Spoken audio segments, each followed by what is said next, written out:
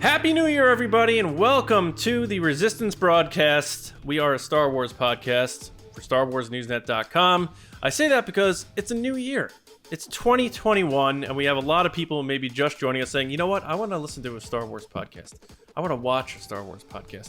What's going on with these people, the Resistance broadcast? That's us. So welcome, everybody. I'm John. Thank you so much for joining us. We took a little bit of a break, but we are back, baby! James and Lacey with me as always. Happy New Year, guys. How are you? James is like, good. I can't wait to mute that because it just blew out the microphone. Yeah, I'm good. The break was good. Lots of fun, lots of presents, lots of family. Not like lots of family, but you know what I mean? Like the holiday season in general is just a time to like get in touch and talk to people and stuff.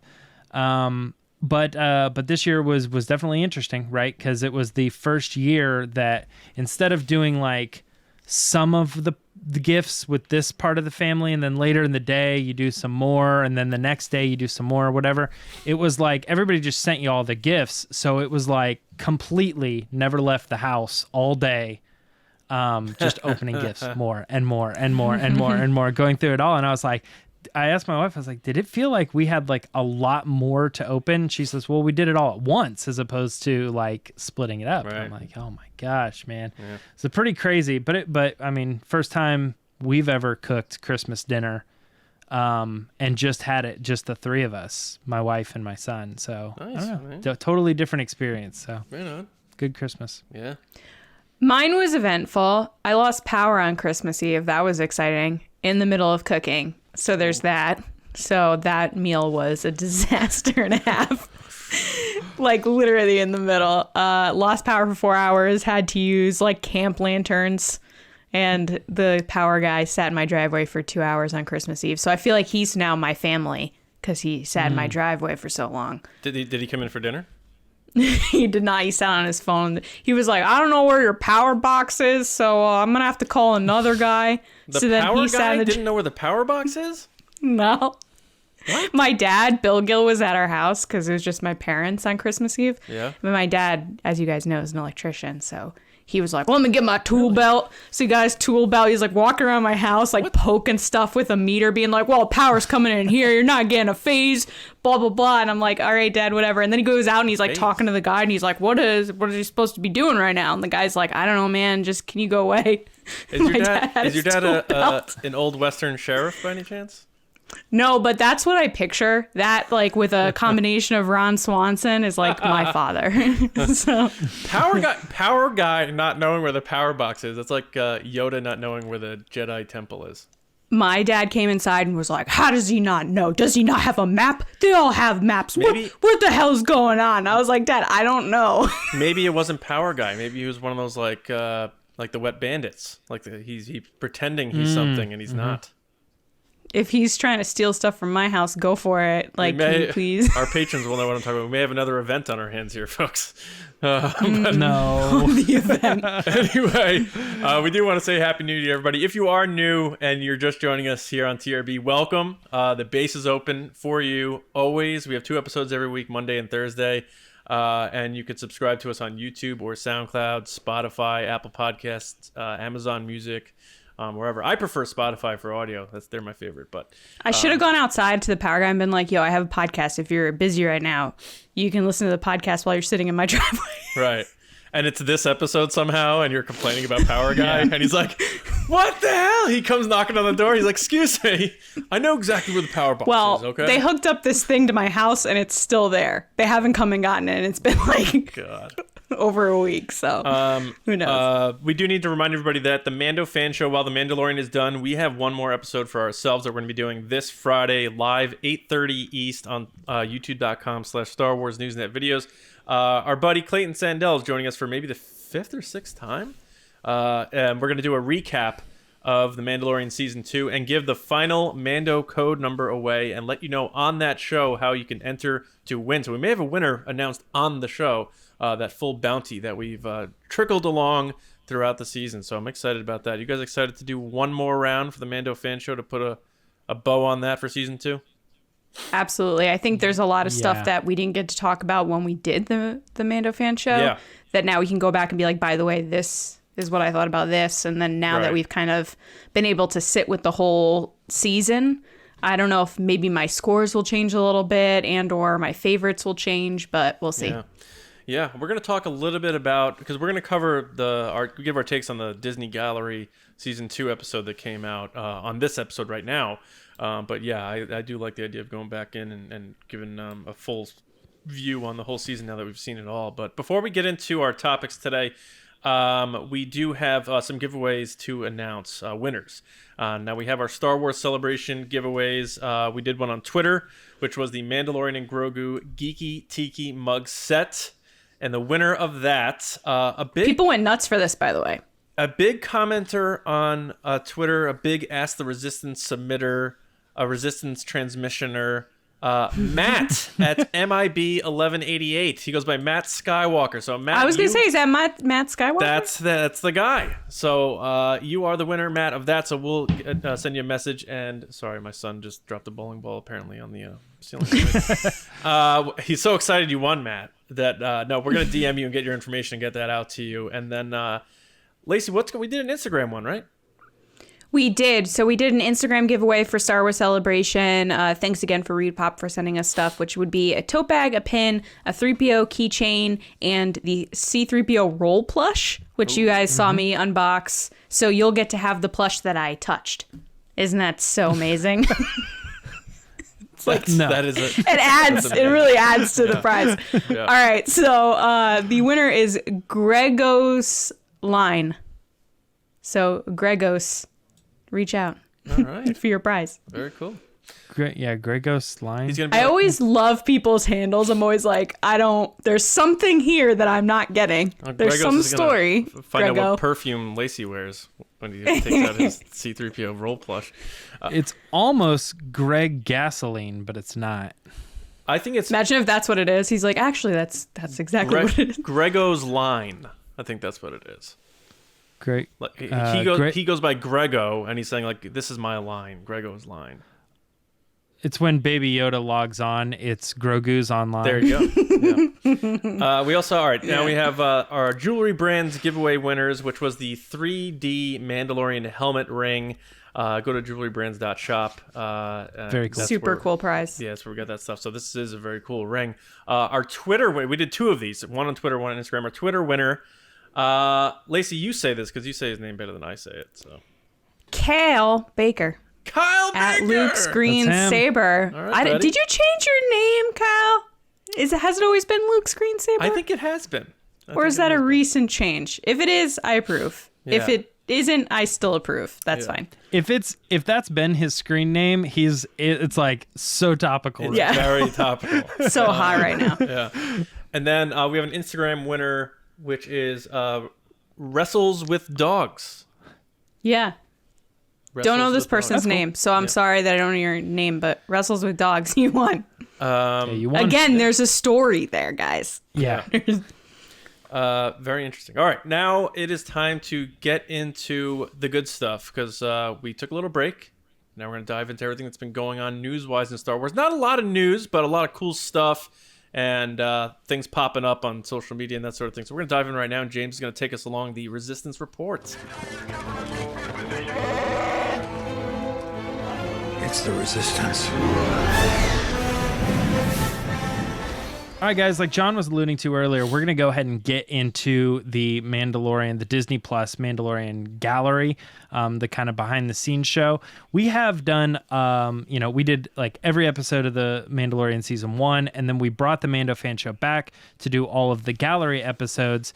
And this season they kind of did something a little bit different, and it was just the one episode, and it fell on the holiday break and all this other stuff. So we just decided, instead of doing a wrap-up episode and a gallery episode, or even to mix the two together, since we're going to try to focus on the whole season on the regular Mando fan show, here we are. We're just going to talk about it right now. They dropped this episode, and it basically covered all the directors, all the props, all the new storylines and everything like that. So we're just going to go ahead and get into it.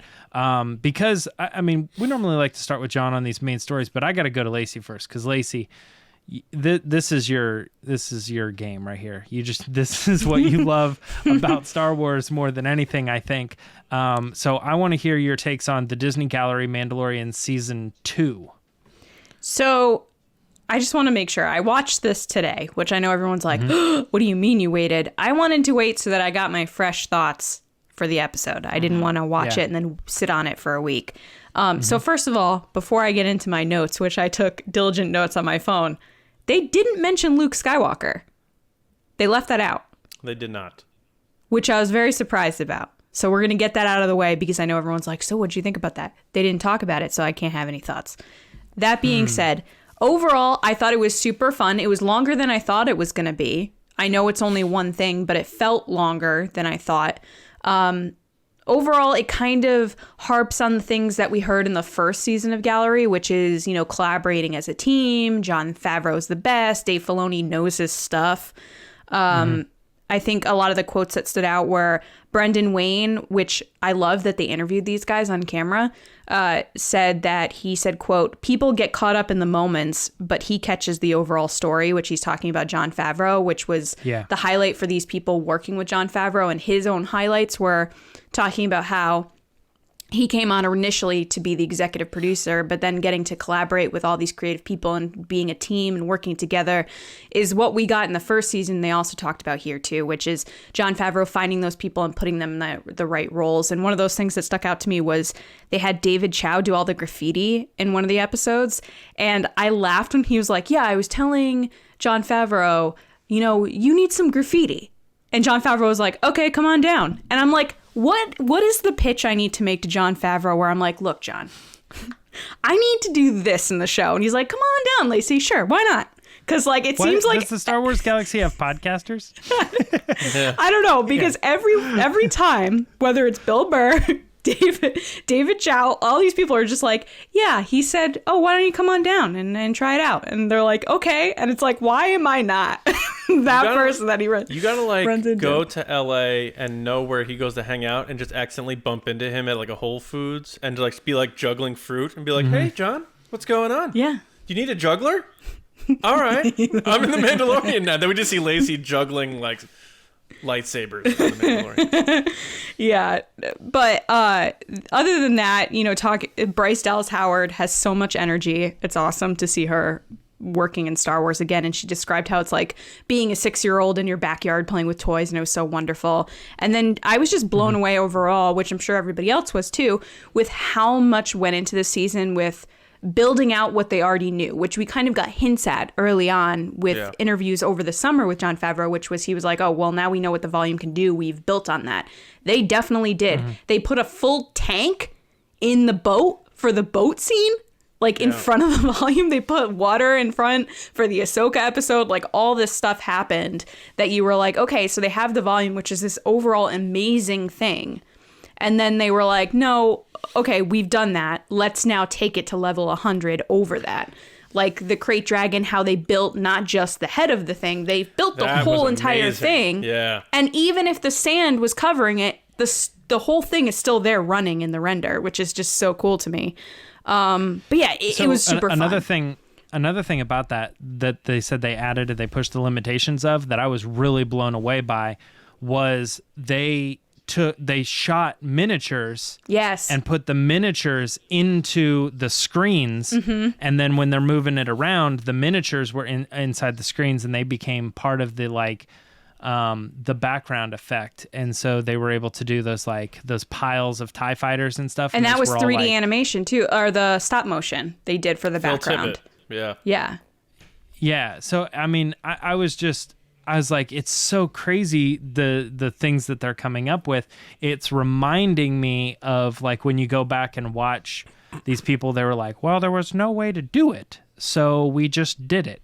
We just created some way to do it. Yeah. And it feels like you're watching it, and it's this weird thing. It's like if everybody always went right, all of a sudden there's guys who are like, well, we didn't want to go right, so we went left. And I was like, why has nobody ever gone left before? Right. It feels so obvious it's right there, but I was just blown away in this episode watching them describe this stuff. It was a pure joy to watch Dave Filoni this season. I feel like we got to know him a lot in the first gallery season, and I've talked to Dave before in person at celebrations and stuff, and he's always got this kind of calm,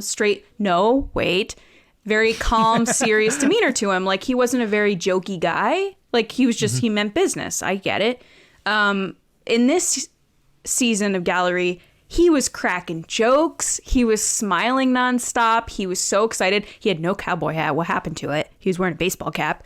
But like, there was one time where he turned to Jon Favreau and he goes, "Spinning's a good trick." And I was like, look at you cracking Star Wars jokes.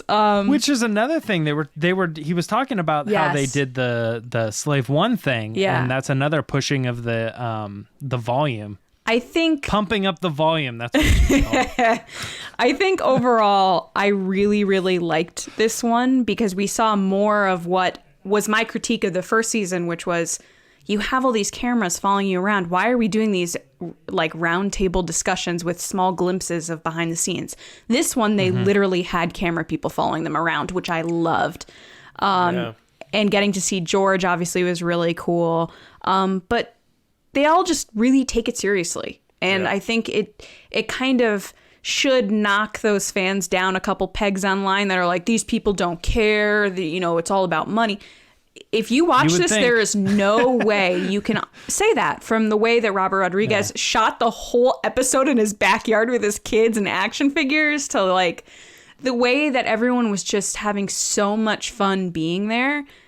It reminds me not only of why I love Star Wars, but why I love video production and this kind of stuff to begin with. It's that idea that everybody's working together and like, oh, you can't do something, but this guy's going to come in. John Knoll's like, let me go shoot this for you guys and come back. It was really cool. Yeah. I could go on for hours about this, like how fun it was to watch. I think the first, this may be just me speculating wrongly, who knows, and why not start off the year by doing that, but tin spoils hats. I feel like the first season almost seems like they're like, we have some footage behind the scenes stuff, like what if we put this thing together, so let's talk about it and do these roundtables after the fact and then put in this footage, and then for the second season they're like, we're doing it again, so let's make sure we do a lot more behind the scenes filming. That was my view. They interviewed everyone in this season, seemingly except the Luke stuff. That's weird that you say that, John. Go ahead. Sorry, James. go ahead. No, go ahead. Well, just because I feel like it was almost kind of the opposite. Like the last one was like, we're gonna do this thing where they lay everything out and they have this round table, and every episode has its own theme. After though, and what? After though. Like that was a more recent filming, the roundtable stuff. They're like, all right, let's come in and let's put the show together by doing these roundtables. No, I know, but they put so much focus on the roundtable and the discussion that because they were like only half an hour episodes or whatever, they didn't show a lot of the behind the scenes stuff. Whereas this one, they were like, do they need the roundtable stuff? I don't know. Let's just show the footage. I actually like it almost seemed more thrown together, but in a good way. Like it's okay that it happened that way. Sure. But it felt more like anytime there was not a little interview or a snippet from what somebody wanted to say or something very specific, a clip they wanted to show, they just threw in a random clip. And it was enjoyable to us because we're like, oh, that's Robert Rodriguez just sitting there looking at the monitor. But like, to the person who's probably putting it together, there's nothing really interesting, but I need to make this like 40 minutes or whatever. So they just kind of like threw in random stuff that was cool. Yeah, I thought this was better than the way they did the first round. Even though it was just an hour, it's really all I needed. Where the other one, I felt like they were just stretching it out for content purposes. Like, oh, we're gonna put out 8 more episodes of this and that sort of thing. So I enjoyed this, and there must be a rule with all behind the scenes documentaries that you have to start with a cold open before you get into anything. That's like the artistic thing. It's like, all right, let's start with some voices in the background. We'll roll a droid by and we'll set the tone that way. But I think what really stood out to me with this, besides my one thing that like made me bite my knuckles, which I'll get into at the end of my point.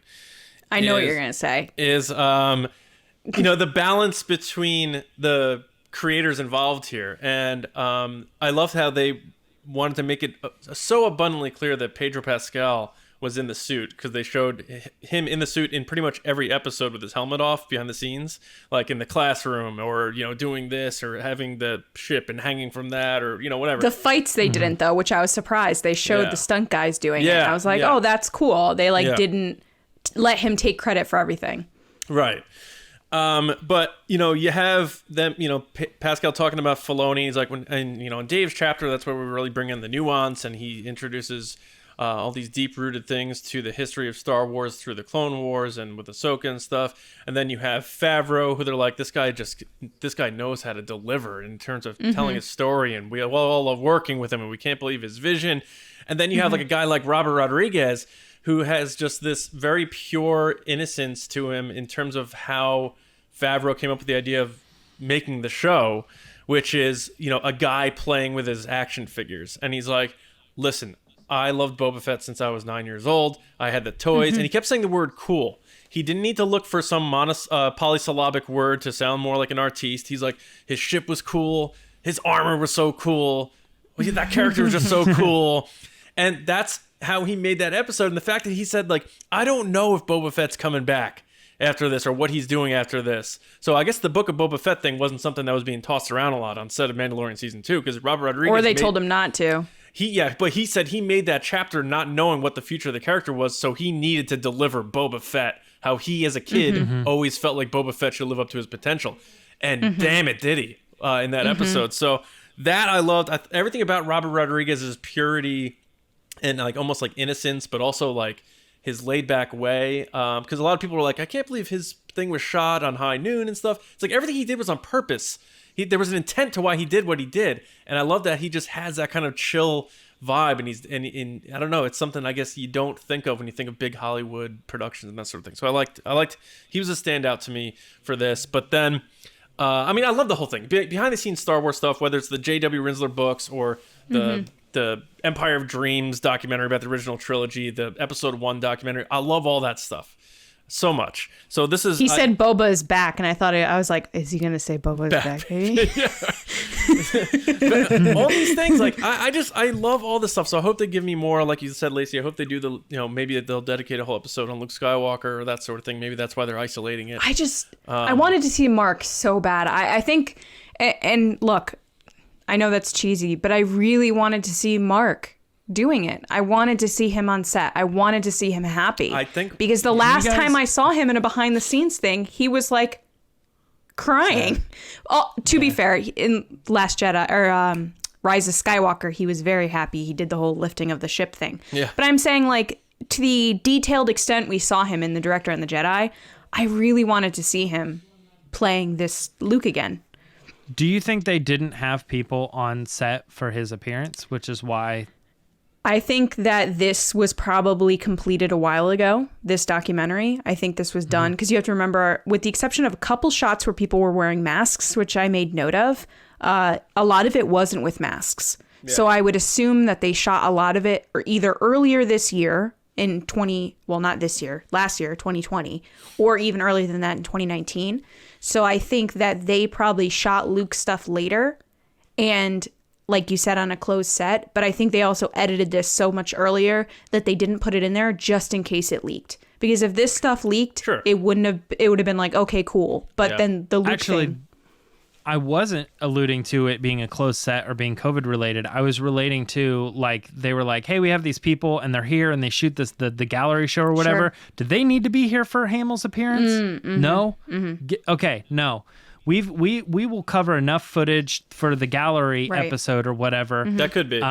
Without having to have them on set for this, because they are another issue, or liability to that getting leaked or something. So I took it as the leak thing only because of the way Jon Favreau talked about it on Good Morning America and how scared he was. Yeah. And if that isn't enough for leakers to be like, okay, come on, guys, we're kind of being jerks, then I don't know what is, because he was so scared. Didn't Stephen Ford was telling us that he heard something about it a week before? Yeah, he heard about Luke a week before. So they were probably like starting to get simmers about it.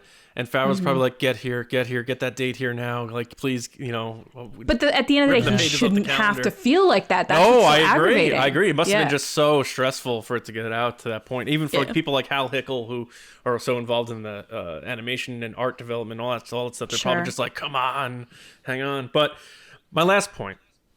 I mean, we can go on. Here it comes. Can I guess what it is? No, because I need to be theatric about this. Okay. Because we have other stories we have to get to. Okay? We can go on about this gallery thing. We'll probably revisit it in other stuff. But Sure. Yeah. Carrie Beck, VP of Live Action Series Development, Story Group, Lucasfilm Executive, all these people talking about how they rebuilt Jabba's palace set. And she goes, we know how much people wanted to see Jabba's palace back in the Star Wars stories. And I'm just like, you gotta be freaking kidding me right now. Because nobody that's a Boba fan said they wanted Jabba's palace back. That is a fact. Yeah. That is a fact, Carrie. All right, so Carrie Beck is saying that she knows that fans want to see Jabba's palace back in Star Wars. They rebuilt an entire set of it to a T to the wind chime down the staircase. They can't do it in the volume. Yeah. They update all the digital assets of the exterior for modern technology and HD or whatever you want to call it. Where do they film it in? and where does Solo: A Star Wars Story end? Where are Han and Chewie going? To Jabba's palace. And you just recreated it. So it's like another thing off the checklist of Make Solo 2 happen. It's like, well, I don't know. It'd be a lot to reconstruct Jabba's palace, and I don't know if Disney wants to do that. They did it. So that's one excuse that's gone. So hearing her saying that, I'm like, the fans want it. You hear it. Like, what is going on? So I'm either like, in part of my brain, the positive, like, New Year, 2021, positive, everyone's so good, everyone feel good. I'm like, that's more proof that they're going to do this, because now they have another asset created. They have a set created. They have the digital assets recreated of Jabba's palace. Done. It exists. They don't need to build it or put that Solo budget into that. It's there. And then the other part of me is like, that's just it. They're just doing it for just that. And it's just, I literally, I don't know. It just drove me crazy. I did the Jim Carrey gif from Liar Liar, oh, come on! Like, I had in my notes, quote, they have the Jabba setback, let's go, Solo. I mean, I don't know. I guess before we move on, James, what do you guys think that's another sign of optimism for revisiting Han and Chewie after Solo? Or do you think it's just one of those, they made it and that it's isolated in its own thing? I guess it is totally for what they've already announced. I mean, they had to do it for this shot. Yeah. And they're probably going to do it as a long-term piece, because he's setting up shop there. It's not like he went there and was like, got his gun back and then left or something like that. So it's going to be a main piece for this new show. So they probably said, hey, if we have to do it, we might as well do it. Then we have a full-fledged asset for the entirety of this show. It's just, I don't know if they are. I mean, I'm sure it's probably crossed somebody's mind, but they're not thinking of it the same way we are, as we go, that's an asset you could use for this other project. They've probably, honestly, if they've really thought to that degree, they're probably ticking off 5 other projects that they said, this could be good down the line if we ever decide or we ever get greenlit on blank project. But that's probably happening for every one of the sets or assets they make for anything. But you're right. I mean, it's like, it's right there and they're saying that. And it's like, it's frustrating because you said it before, like nobody was asking for this that's a Boba Fett fan. Like the fans really wanted to see us revisit here. It's like, not really, just like the fans of like the people who saw the end of Solo who were like, yeah, I want to see this continue. It's just so it funny. never crossed my mind that we would, in any sort of live action, go back to that palace post his death, right? Post Jabba's death. Yeah. Like, go back to the palace when Jabba's still alive. Yes, absolutely. Back into before Solo and Clone Wars era and stuff. All that could be really cool. that's there, but how does not really like anyone Mandalorian era.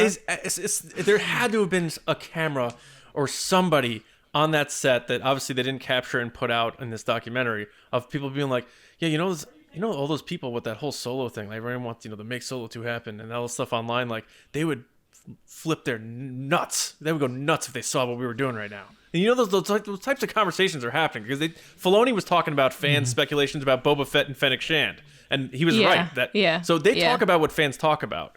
So that when they were building this Jabba's thing, there were at least some people that are like, oh man, all the people that want more Solo, they would go nuts if they saw this set right now. And it's just like they have to know it's so set up on a freaking T. Han and Chewie are leaving to go to that place at the end of Solo, man. Oh, jeez. Maybe it's another Book of Boba Fett thing where it's like they have the plans, but they didn't announce it. Maybe.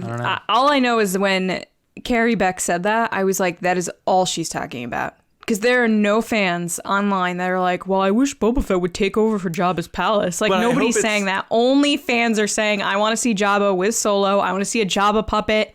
I want to see this. I just hope that's not their compromise. Legends? Like, you wanted Jabba's palace, there it is. And that's all you're getting now. Right. Well, the thing that stuck out to me about Jabba's palace in particular was Dave Filoni was talking about how not only did they rebuild it to all the certain details and everything because they wanted to create the same situation again, but also because they were paying homage to all the people that worked on it and all the legacy people that came before them and all the people that are the reason they have jobs, and which I really, really loved. The original blueprints. Yes. And I loved that. Amazing. And it played into, like, Robert Rodriguez said they stayed true to the roots of what George was doing. Yes. So that's super important. And George also was always listening to fans as well, and we know this from our conversations with J.W. Rinsler and stuff of like he was always kind of listening and what was going on. Like you said, John, they have to know. They have to know, and that's where this is going, especially because Solo's character mentions Jabba in Solo. Well, I mean, the person right under Kathleen Kennedy, as far as I know, she still is. We haven't heard from her, Michelle Redjwan. Confirmed to James that they're well aware of Mix. They all are, yeah. I mean, they have to. I guarantee someone on that set said, "Man, imagine if Solo came back." Look, and I know some of our audience right now. They're like, "Oh, yeah, we get it. You guys want the Solo too." And most of you are behind the movement and stuff like that. It's just, I mean, come on. Even the people who don't want Solo, come on. That's all I'm saying. So. Well, let's move into our second official story here, and the reason this should be an easy little move into it because it's just that The Mandalorian season 3 is in pre-production as announced by Jon Favreau on Good Morning America, and that is where he in fact dropped the next bomb, which was Disney just announced all these shows. We've got one more for you. We wanted to wait until the last episode so that we didn't spoil the surprise there. So it's all part of the plan, but we got another one for you. It's called The Book of Boba Fett, and he revealed the logo on Good Morning America. So yeah, another full-fledged project. And I think post his appearance, we kind of got a little more confirmation that is in fact the thing that comes out December 2021, and The Mandalorian season 3 will not return until 2022. I don't know if it's been clear yet. It's frustrated about that because it's so cloudy and confusing. I think everyone's confused because first you had people thinking that this is going to be Mandalorian season 3. That's what I thought. Yeah. But even after the announcement, people are still confused on that. Like right now, today, as we speak, people are thinking, oh, that's replacing Mandalorian season 3. It's not. They're still two separate things. I think what Favreau said is we're starting production on Mandalorian season 3 after production of Book of Boba Fett. I think it'll follow it up. I still think there's a chance, depending on when they start filming The Mandalorian season 3, that it could come out at the end of 2021. I don't think it'll be much further behind it, though, because like we've talked about on the Mando Fan Show and on this podcast, it's their like we talk about Darth Vader's their character golden goose. Right now, the Mandalorian's the golden goose of Star Wars. So you don't want to put that off too far to test the waters in other areas that aren't proven right now. But what I got to say is, and what I love about this, I guess, is, Jon Favreau did The Mandalorian because he couldn't do Boba Fett because they had the movie that was still in development.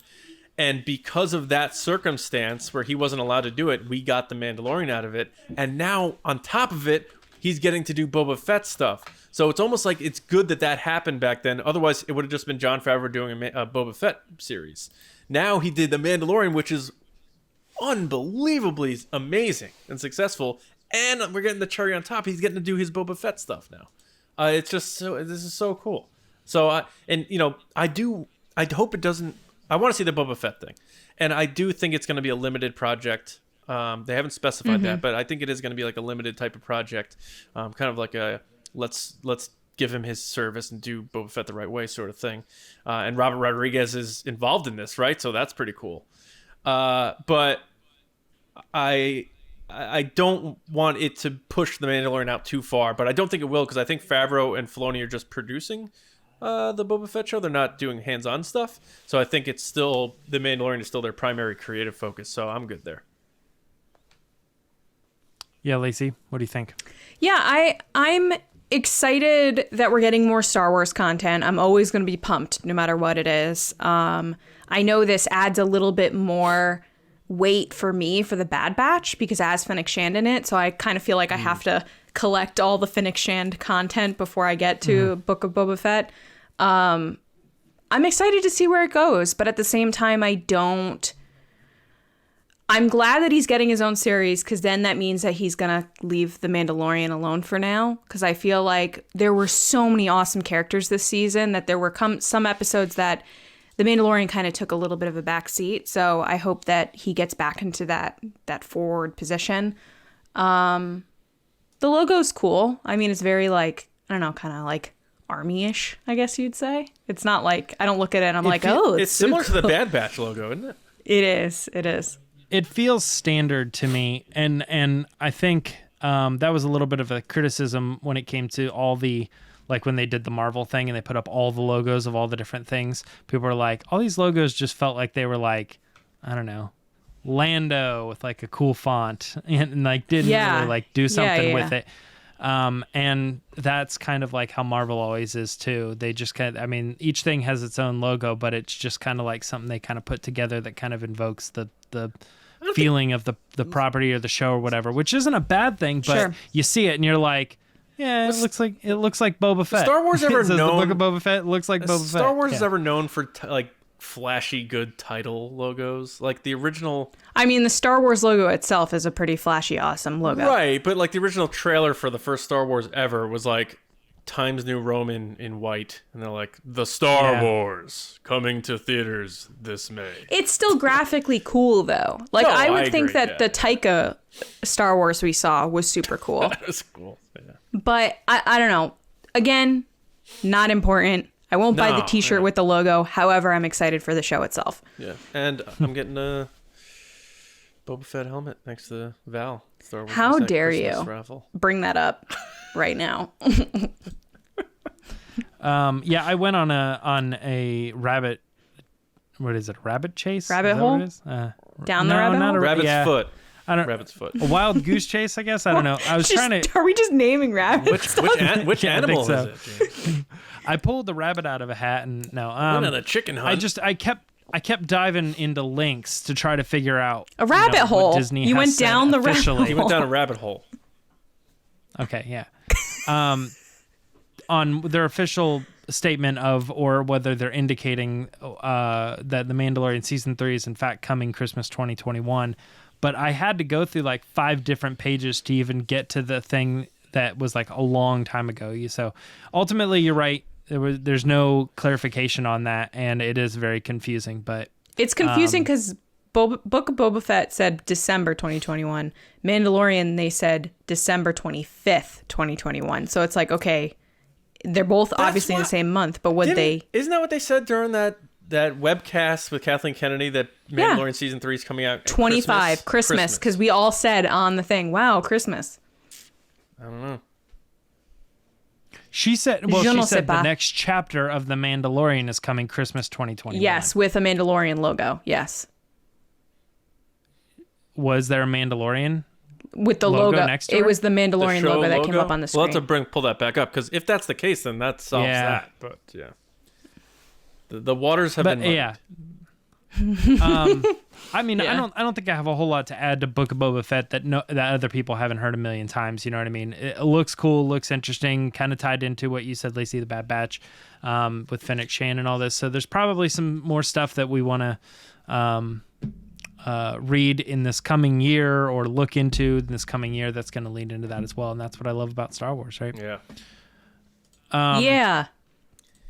Yeah. Star Wars.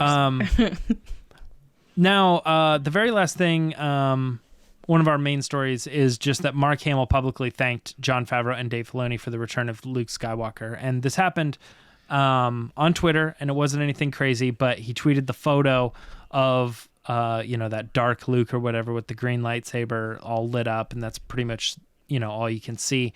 And just had some really nice things to say, which was sometimes the greatest gifts are the most unexpected and something you never realized you wanted until it was given. # thank you, John and Dave. So I think this is kind of contrary to his experience in the movies. Yeah. And this is probably what, Lacey has said too, like, that didn't feel like my Luke Skywalker, and I think Mark Hamill himself agrees with this. This felt to a lot of fans and probably to Mark himself as a feel-good return of the Luke Skywalker that he remembers, or he always wanted that character to portray. So yeah, I think the thing here that people need to remember is that it's a personal preference. It's not right. It's not wrong. No one's saying anything is better than the other. It's just a personal preference. But I get it, someone like Mark that spends their whole life picturing Luke Skywalker as this hero from Return of the Jedi, and then what he got in the sequel trilogy, whether you liked it or not, he openly has said he didn't. So to get to play himself from the time that he considered to be the ultimate hero is really good. It was crazy, of course. Mark Hamill, anytime he does anything, it goes nuts. So he did this, and it was trending on Twitter for like 2 days. Thank you, John and Dave. So it's just one of those feel-good things. It's the holiday season. You feel good about it. Mark's happy. You wanted to know what his reaction was going to be, because at this time, all he had said really is like, is there anything good on television? Like, he really hadn't responded to it. So I look forward to seeing an interview with him about it. That's why I was kind of excited about the gallery thing. But it was a feel-good thing for me. I was happy for him. I like you said before, the preference thing. I don't know that there really is a preference. Like if it's like, do you like this Luke Skywalker or this Luke Skywalker? Because to me, it's the same Luke Skywalker. And that's exactly what I'm saying, actually, James. I just feel like sometimes people have said things to me as of the Mandalorian episode where I said, this is the Luke that I love, the personal preference. And people were like, well, you clearly don't get the character. And I'm like, that's not what I'm saying. So I understand what you're saying is, it's not this or that. It could be both. Absolutely. That's your view of it. Yeah. I think fans need to be careful with the nuance, especially on social media. Nuance is pretty lost because you could say something and people could take it into context that their brain sees it because they're ready to attack, as opposed to seeing, how is this person delivering that when they're typing it. And, we've said that so many times. That's why I like saving my takes a lot for the podcast, because you can understand where I'm going. It's not 120 characters or 20 characters, whatever. But, and fans weaponizing Luke Skywalker as a character is like the least Luke Skywalker thing possible. It's like you're taking something and you're being possessive over it. It's almost like a Sith mentality, being like, no, this is how it's supposed to be, and this is what Luke Skywalker is. Sure. It's just ugly and nasty. And like, who would have thought that Mark Hamill being excited about Luke Skywalker returning in Star Wars is looked at as a toxic or potentially toxic causing thing? And it's just that social media bubble again that people need to step away from and realize it's a lot smaller than you think, but it's a lot of loud voices when you're dialed into those social media apps. But I think this is great. It makes me wonder if he was involved at all in the production of this thing, because he says it's a pleasant surprise knowing that they probably got his blessing, but I don't know that Mark Hamill was on set doing any stand-in work just for the sake of doing it. And because they said they had another guy, they mentioned who the guy was, who was the guy double. the guy that did all the stunt work makes sense. But the scene where the doors open and someone walks in, it does kind of look like Mark. Like when he showed up on Kimmel and Adam Scott lost his mind. Oh my gosh, yes. And that is exactly how I would react if that happened to me, by the way. Hands That's shaking. the GIF that is the exact GIF I use every time Mark likes something of mine or responds to me. I use the Adam Scott GIF. But no, it looked like Mark when he was just standing there, which I feel like they could get away with the standing there thing. Yeah.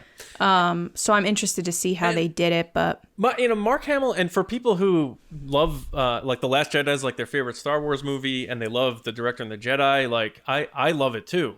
And one important thing you got to take away from that documentary, The Director and the Jedi, is Mark Hamill saying, "I don't own Luke Skywalker. I'm just his vehicle," or whatever he said. It's something to that effect. So if the guy who played Luke Skywalker for 40 plus years can understand that he doesn't own Luke Skywalker, we as fans sure as heck don't.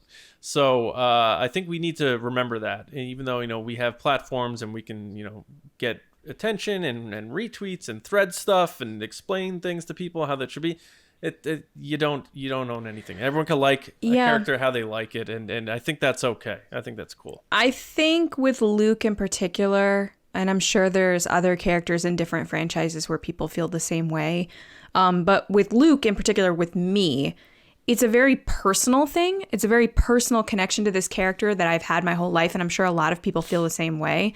So I guess I'm also saying to people online and just in general, take that as an understanding that the way you interpret Luke might be different from someone else, and neither way is right or wrong. It's just how someone personally connected with that character, and also being understanding of letting them connect that way. Because I saw a lot of people being like, "Oh, you don't get Luke," and I'm like, no, someone that's liked Luke since 8 years old clearly gets Luke. Like, they like him for who he is, but it's just like, he's a very important character to a lot of people. So just celebrating that and celebrating why you love him is just as easy as why you hate something else. I'm sure they ran it by George Lucas, considering he's been on set.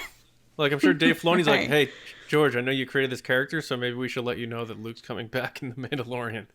I loved the George clips that they included, which stuff, obviously they didn't show him talking at all, but just like him smiling with Rosario Dawson, and then just him holding smiling. Grogu. Seeing George Lucas smile in 2020, because he isn't shown smiling very often anymore. He was having a blast with Grogu. That was cool. Yeah. Yeah. But yeah. One other quick thing, because you guys said this and I was like, I don't. You guys might have different takes on this, because I don't think we actually talked about this on Mando Fan Show. You guys don't think it was Mark Hamill? Because no, I do know. I think it was him walking in. I don't think it was him doing the stunt work. And that's been confirmed. Yeah. They already came out with that person. But to me, because I've talked to my friends about this, was that we're not your friends. Thanks a lot, James. What a reveal in 2021. The truth's coming out. You guys have such great chemistry. It's because we're not friends. I have my hood up, and then I pull it down, and I'm like, my friends. No.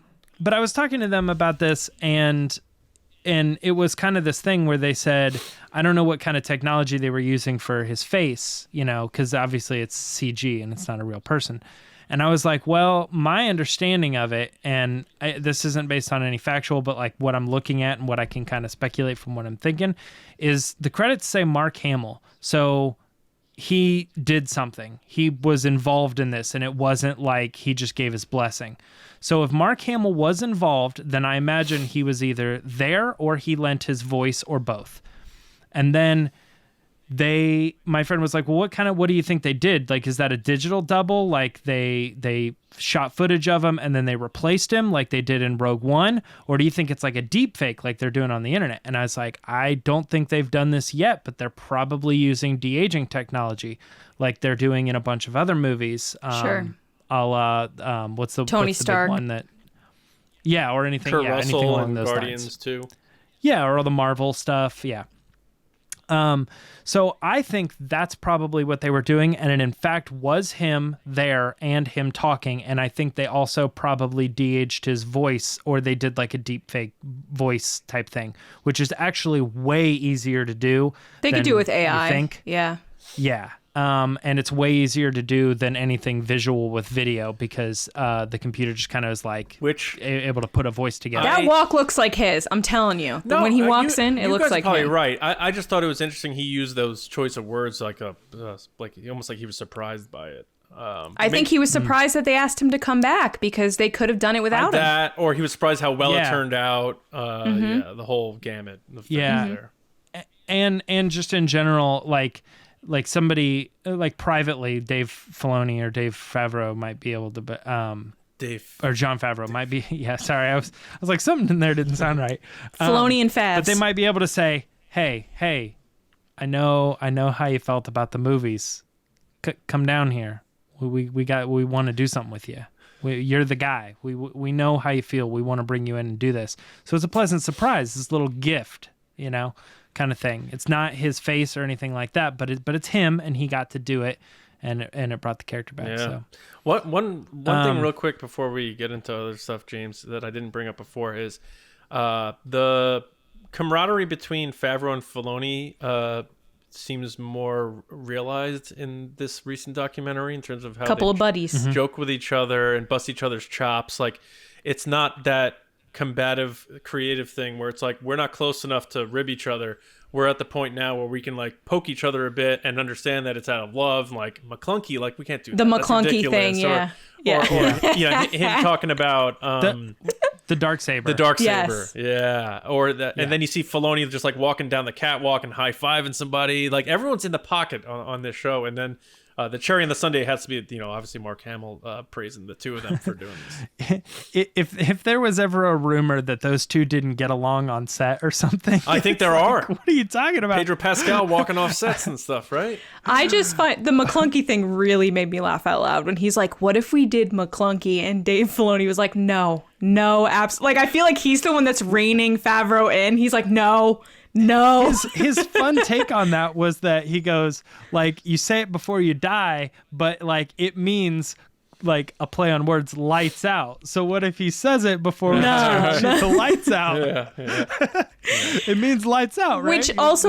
Which also reminds me of the quote from Carl Weathers, who said, you have an audience with an expertise and awareness that you don't have other places. Like, that to me is the thread throughout the whole project of The Mandalorian season 1 and 2 is they are listening to fans. They know what fans are saying. They know what fans like. They do what they like. They kind of try to not make people upset.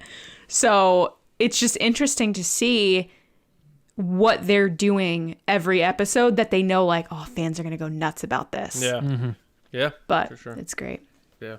Or they just, the hope so crazy that they're like, I hope they liked it, because every artist creates and says, I like this, and I hope we do that. We will. create stuff that we're like, we hope people will connect with this. And we're like, everything we do, we're like, man, people are going to like this, or at least we hope they like this, because we think it's a good move. And that's always the thing about this stuff, is that you never know. You never know how people are going to react to it in the long run. Like, no movie has ever been made to be bad, like on purpose, like, sure. I really want to fail at this. I want to spend millions of dollars to fail and have a bad reputation as a director. Yeah. Like, every movie or everything does that. So, guys, before we get into the Patreon pod race, there were a couple other stories that we just wanted to do like quick things on. And that was just the fact that Diego Luna, star of the Star Wars Andor property that's coming soon, he did say that he was excited about it because it reminds him of how they film the movies, and they are not backing down on the scale, and everything is very relatable to how they did Rogue One. So that was just good news in general. I did laugh how he was like, I have to be careful what I say. Like, that was one of his quotes. Like, I don't know what I'm allowed to say. This is he's always like that. He's like, I'm afraid my son is gonna leak stuff and all this. Yeah. And the more you hear about this show in terms of the people involved and how they're doing it, it's gonna really have the same feel of Rogue One, which I think is important. The other thing was that Chris Pine was being asked about Wonder Woman 1984, and of course Collider threw in a like, hey, what did you think about Patty Jenkins doing the Star Wars stuff?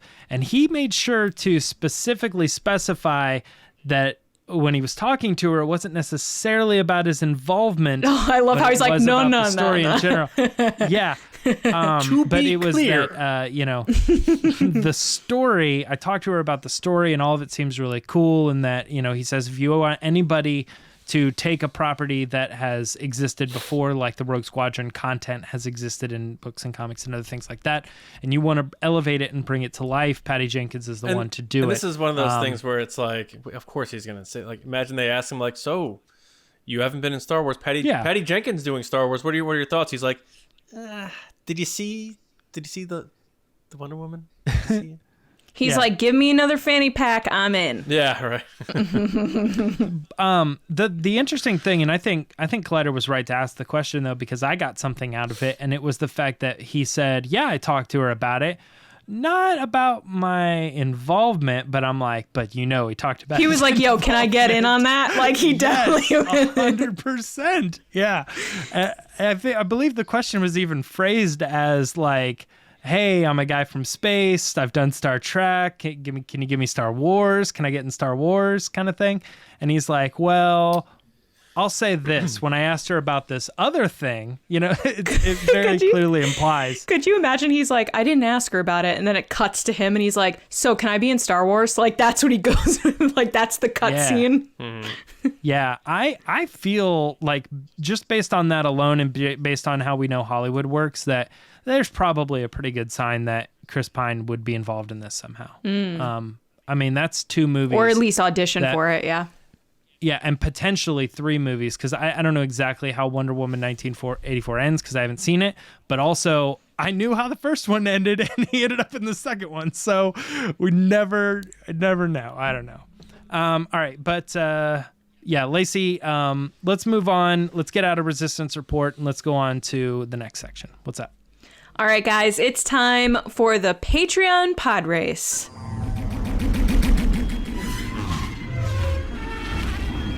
So there are lots of ways you can support us here in 2021, which includes liking this video, commenting, subscribing, following us on all the different audio platforms from Spotify to Apple Podcasts, Amazon Music, etc. You can follow us on Twitter at RBATSWNN or on Instagram at The Resistance Broadcast. Or if you want more than that, including over 8 mini episodes a month, mailings, Discord chats, etc., you can head over to patreon.com/resistance broadcast. Starting $2 a month, as you go up in the rank, you get more access. So our top tier, our generals, get a chance to be a part of the show, and that's what this segment is. So before we get started, I'm going to thank our current generals. We've had some join over the holidays, which is super exciting. Yeah. So thank you, Carmelo, Andrew Staley, Jeremy Myers, Neil Shaw, David Probus, John Reese, Micah Harrison, Jetta Rosewater, Michael Gaines, Bethany, Russ Harbison, Kendall Gelnar, Paul Olson, Jake Hutchins, Jeff Connery, and Val Trichkoff. Those are the new guys. Sorry if I messed up your name. You got to do it at least once. Okay, so this time we're welcoming back General NEEL, which is exciting. We haven't had him for a little bit. It's been a crazy year for him, so we're excited to have him back. And we're asking him, having seen Ahsoka and other animated characters in live action, would you prefer to see Ezra's story continue in animated or live action? So NEEL, take it away. Hey John, James, and Lacey, thank you for the great question. Happy New Year's to you, all the viewers, the listeners, and of course all the patrons. The question was kind of tough, to be honest. I am partial to seeing things in animation. I would love to see more animation from Lucasfilm, but I think the way things are going, I would love to see a live action version of Ezra so we could see him in Mandalorian crossover in different episodes of different shows that they've announced. And of course, I'm kind of partial to seeing Rahul Kohli as Ezra, so I think that'll be really cool. But yeah, I'm curious to know what you guys think. But now time to tell these guys a story. Arjun, Aditya, do you guys want to hear the story about Han Solo, Princess Leia, Luke Skywalker, and Chewbacca? Yeah? Yeah. All right, let's go do that. See you guys. Bye. Nice job, Neil. Congrats on your baby. I can't believe your baby's made a premiere on our called podcast. It. I knew it. I knew he You was going did. to. Yeah. You did know it. So cute. John, so what did you think of his answer? I mixed bag here, Neil. Because I know you said you want to see Roll Coley play Ezra, and I'm all on Team Taylor Gray to continue playing Ezra live action. He So I have has been in the volume. I'm gonna disagree with you a little there, but one beautiful baby, by the way.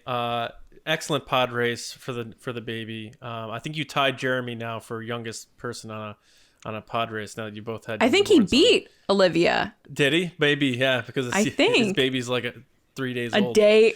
But you did a great job, Neil, as always. I know you had a heck of a 2020. So as we turn the corner, I know you're just as happy as we are to enter a new year. I do like what you're saying. You know, you love the animation, but you like the idea of seeing maybe Ezra pop up in all these different potential shows. It widens his net. So I like that point of view. The casting we'll disagree on a little bit, but that's cool. Great job as always. My best to your family, and Happy New Year, man. Thanks, bud. James?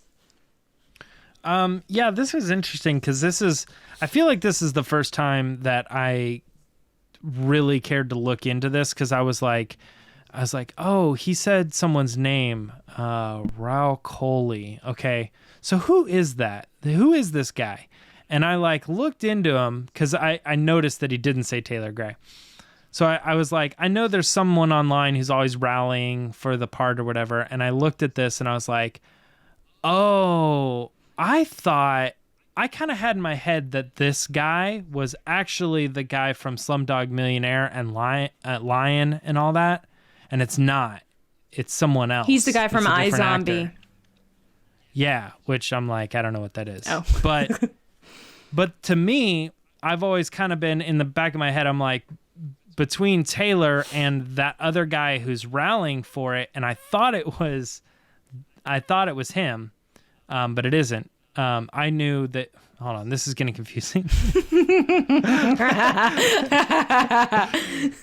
His name's Dave Patel or something like that. Dave Patel is a comedian. That's Dave Attell. No, Oh, Attell. I think we're going down a rabbit hole here. It's Yeah, where are we going with this? Dave Patel. Okay. Okay. Yeah. If he was ever in line to play Ezra, that would have to happen, because he's the biggest star by far. Like, he's Oscar nominated. And I thought that's who this other guy was. But it wasn't until Neil said, I'm on team this guy, that I looked into it all. But anyway, that was all very confusing. Anyway. Okay. Nobody's happy with what I just said. All right. So that's it. Thanks for doing the video. Thanks for helping me gain a little bit of clarification here, I guess. I don't know. Is that what you situation. call it? Clarification? Well, I have the clarification. I apparently can't deliver it very well. All right. But all these people I thought just meshed into one. I was like, I don't know what's going on. I don't know who any of these people are, really. Well, Neil, I think you did a great job. It's great to see you with your kids and having a wonderful, blessed, happy start of the year, which is great.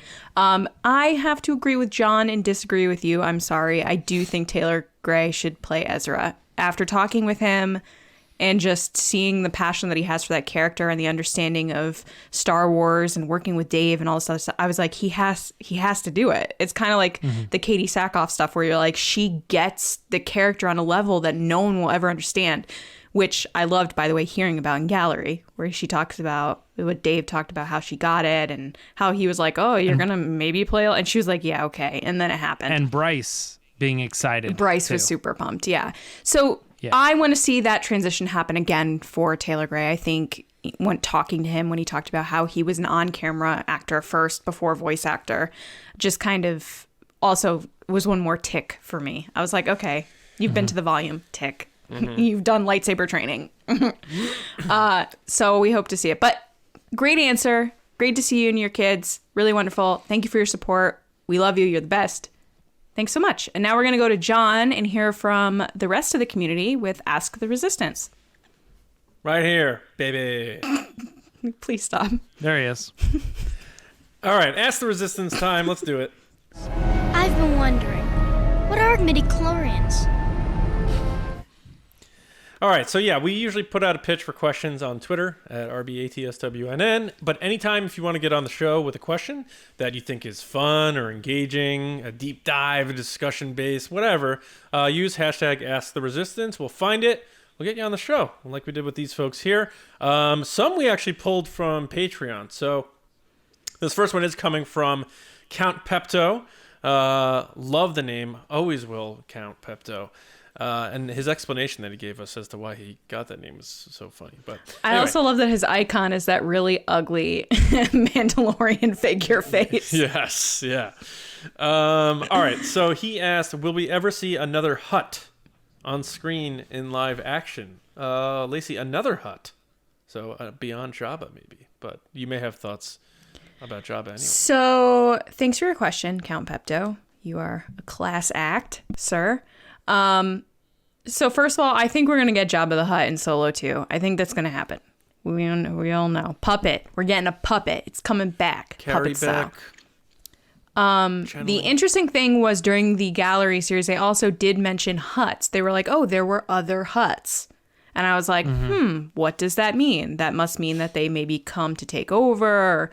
So I think that the Hutts in general are pretty popular species characters in Star Wars, that it would be really cool to see them on the screen, and it would kind of make up for the crazy CGI that they did in the prequels that were just like, what is this?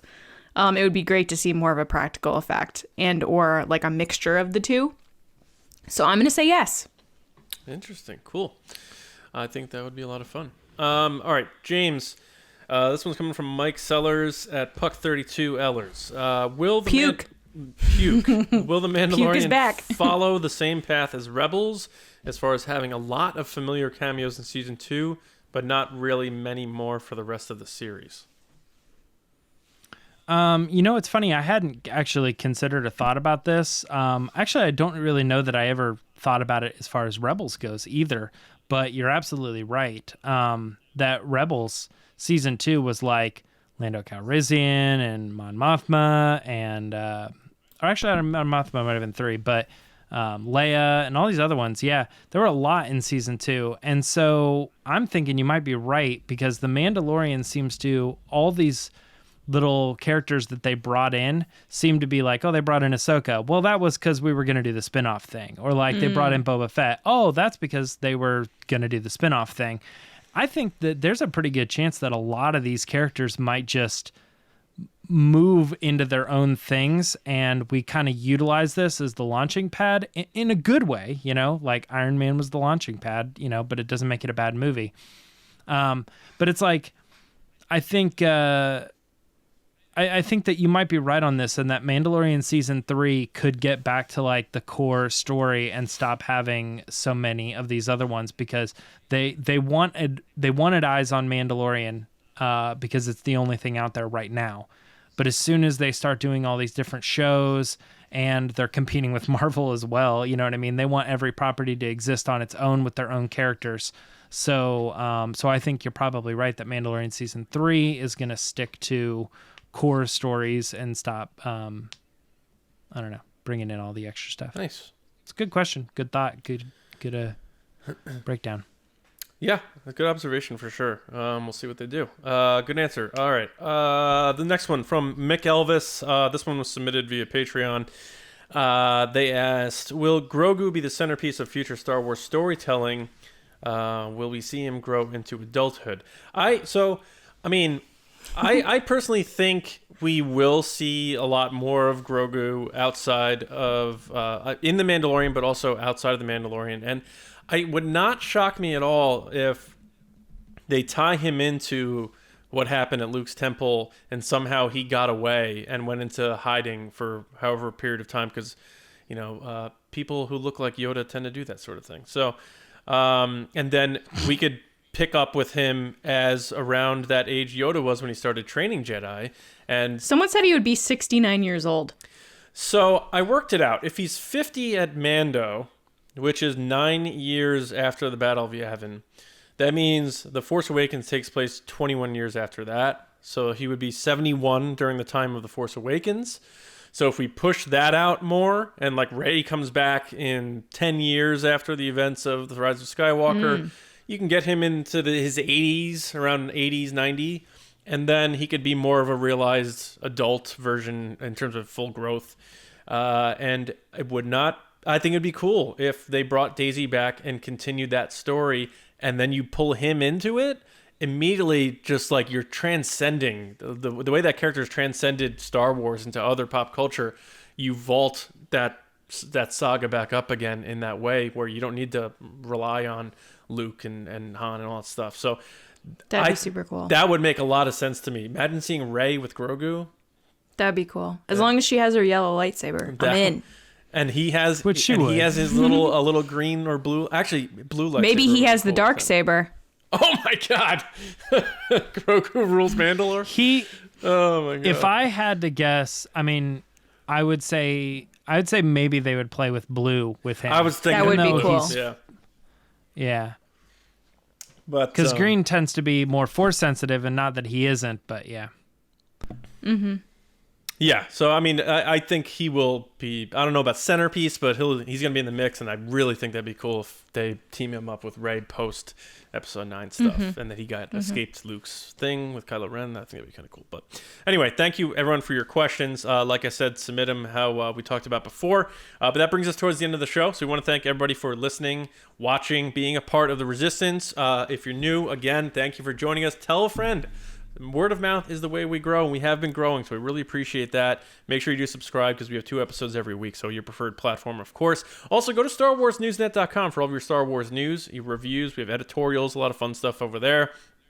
I did an editorial on how I think the events of A New Hope may give us hints as to what we'll see in the Kenobi series, but we're going to talk more about that on Thursday, where we're going to discuss, we'll put our tinfoil hats on and speculate on Vader and what we think his involvement will be exactly in the Kenobi series. But so your homework is to go read that article right now. Read the article, disagree with me, all down the line. That's what we do. But the Mando Fan Show will be back on Friday again, 8:30 East, live on our on the YouTube channel. So if you're already subscribed there you go. Clayton Sandell will be with us to recap the season, and if you've been keeping track of that Mando code, you'll be able to enter for your chance to win. As far as where you can find us, you can find me on Twitter at Johnny Hoey, at StarWarsNewsNet.com. And if you like nostalgia dives of other movies, I have another podcast called Just Like the Movies, where me and my best friend Mike talk about old movies, comedies, action movies, all that sort of stuff. So go find us at Just Like the Movies and check me out over there. Or if you don't like me, then there you go. There that is. But anyway, James, how about you? Or just watch it for him. Yeah. He's a smart guy. Yeah, right, exactly. You can find me on Twitter and Instagram at Myra Trunks. Lacey? People can find me on Twitter and Instagram at Lacey Gillerin. All right, that is it. So welcome back to us, and welcome back to you. And we'll see you guys on Thursday morning with another episode right here on the Resistance broadcast. See you around, kids.